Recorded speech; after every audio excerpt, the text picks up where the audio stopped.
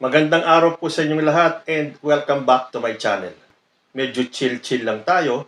Kung kayo po ay nagse-celebrate, huwag po natin kakalimutan kung ano ang kahulugan ng mahal na araw. Kung hindi naman po kayo naniniwala sa Holy Week at hindi kayo Katoliko, ito po ang pagkakataon para mag-relax-relax naman tayo. Pero iwas po sa matinding araw dahil sobra po ang init sa mga panahon na to. So medyo easy-easy lang po tayo sa ating ibabalita. Mga kadahilanan kung bakit si Amy Marcos ay matatalo. Meron po akong nabasang post at gusto kong i-share sa inyo. Mga kadahilanan kung bakit matatalo si Amy Marcos ngayong eleksyon sa Mayo. Nabasa ko po ito sa page ng Filipino Future. Ang title niya, Mga bagay na nakalimutan yata ni Amy Marcos na magiging dahilan ng kanyang pagkatalo. Una, dati siyang gobernador ng Ilocos Norte. Binoto siya dahil siya ay isang Marcos na hindi na maaaring bumoto sa kanya muli dahil sa pagtatraidor sa Solid North na suportado si PBBM. Ito rin ang posibleng maging kahahantungan ng kanyang anak na kasalukuyang gobernador ng probinsya. Pangalawa, ang Solid North ay hindi lamang tumutukoy sa probinsya ng Ilocos Norte o sa Ilocanja o Region 1, kundi tumutukoy ito sa malaking bahagi ng North Luzon kasama ang Region 2, Cagayan Valley, Cordillera Region, parts of Central Luzon, Metro Manila at parts of Calabarzon area na consistent na bumoboto sa Marcos sa loob ng ilang dekada. Sa pagtatraidor ni Amy sa Solid North, malaking porsyento ng mga ito ay hindi na siya iboboto.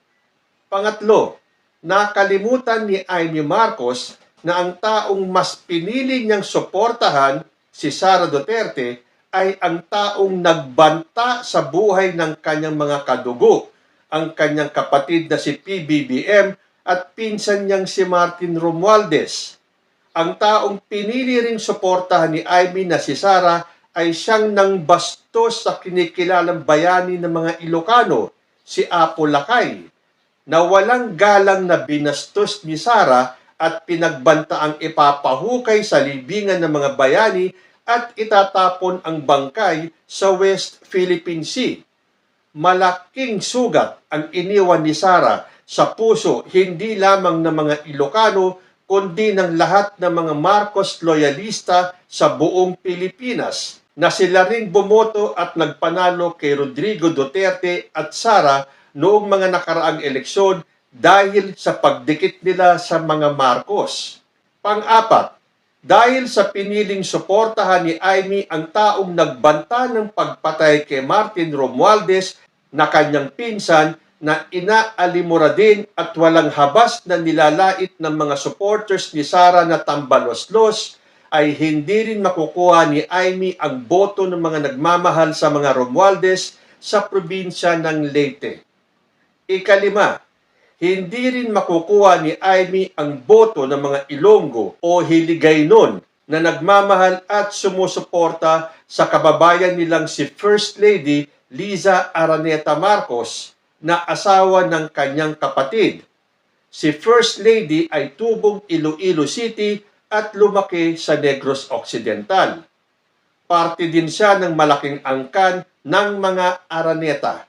Ang angkan ng mga Araneta ang may-ari at may kontrol ng napakaraming mga korporasyon at business establishments sa buong bansa na pinagtatrabahuhan ng daang-libong mga trabahante at manggagawang Pilipino tulad ng LBC, companies under Araneta Group, Pizza Hut, Taco Bell, Dairy Queen, iba pang mga sikat at malalaking fast foods and restaurants tulad ng Wendy's, 7-Eleven branches nationwide, mga hotels, hospitals, condominiums, real estate developers. Imagine kung gaano karaming mga empleyado ng mga kumpanyang yan ang suportado ang sinumang parte ng Araneta clan, kasama si First Lady Liza Araneta Marcos na isang lawyer at nagmay-ari ng mga law firms. Suportado rin si FL ng maraming sa mga schools, co-teachers at students na kanyang natulungan sa loob ng ilang dekadang pagtuturo sa College of Law sa iba't ibang universidad. Dahil sa pagbabanta ni Sara sa buhay ni FL, malaking porsyento ng mga ito ay hindi boboto kay Amy. Pang-anim, pakiramdam ng mga DDS ay ginagamit lang ni Amy Marcos ang mga Duterte. Kaya alanganin silang iboto siya kahit inendorso pa siya ni Sara. Ikapito, ang ugaling pagtatraidor sa kapatid o kadugo o sa Pangulong inihalal ng bayan ay isang malaking kasalanan sa kulturang Pilipino.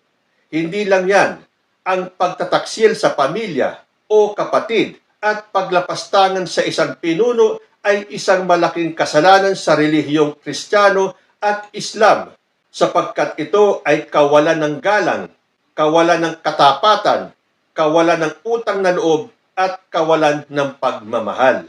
Ang ginawang pagsuporta ni Amy sa nagbabanta ng masama sa buhay ng kanyang kapatid na si PBBM at lumalapastangan sa pinuno na pinili ng mayoryang Pilipino para mamuno ay isang malaking sampal sa konsensya ng maraming Pilipino. Ngayong darating na eleksyon 2025, lalabas ang mga botanteng Pilipino para pumili ng kanilang mga kandidato. Isa lang ang gagawin ng mga mabubuting Pilipino. Hindi sila boboto ng traidor sa bayan, traidor sa pamilya, at traidor sa lahing Pilipino. Ang mga pro-China candidates ay ibabasura. Ang sumusuporta sa mamamatay tao ay ibabasura.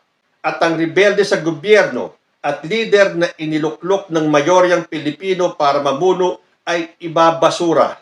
We continue to support President Bongbong Marcos and his agenda to uplift the lives of Filipinos from poverty and from the snares of dirty and ugly politics. We will support all whom the President trusts as allies. Anti-Marcos sentiments and anti-President slanders will not be supported by the majority. So ako po ay nakikiisa dito sa artikulong to. Wala po kasi nakasulat kung sino ang talagang author, pero ito ay galing sa Filipino Future page. Sa tingin ninyo, sapat na ba ang mga dahilan na to para hindi manalo si Senator Amy Marcos sa kanyang re-election bid ngayong Mayo? Pero alam nyo, para sa akin, hindi po ito nakakalimutan ni Amy Marcos. Alam niya ang magiging consequence ng kanyang ginawa. Pero para sa kanya, mananalo pa rin siya. Kung natandaan niyo yung minsan sinabi niya, na sa tingin niya, hindi siya matatalo, well, tingnan po natin itong darating na eleksyon. Kung mananalo pa rin si Amy Marcos, ako tatanggapin ko dahil yan po ay kalooban ng Diyos. Kung hindi, she deserves not to be voted. The mere fact na ngayon pa lang nagluluksa na si Amy Marcos, that says it all. Kayo po, ano ang masasabi ninyo? Comment lang po down below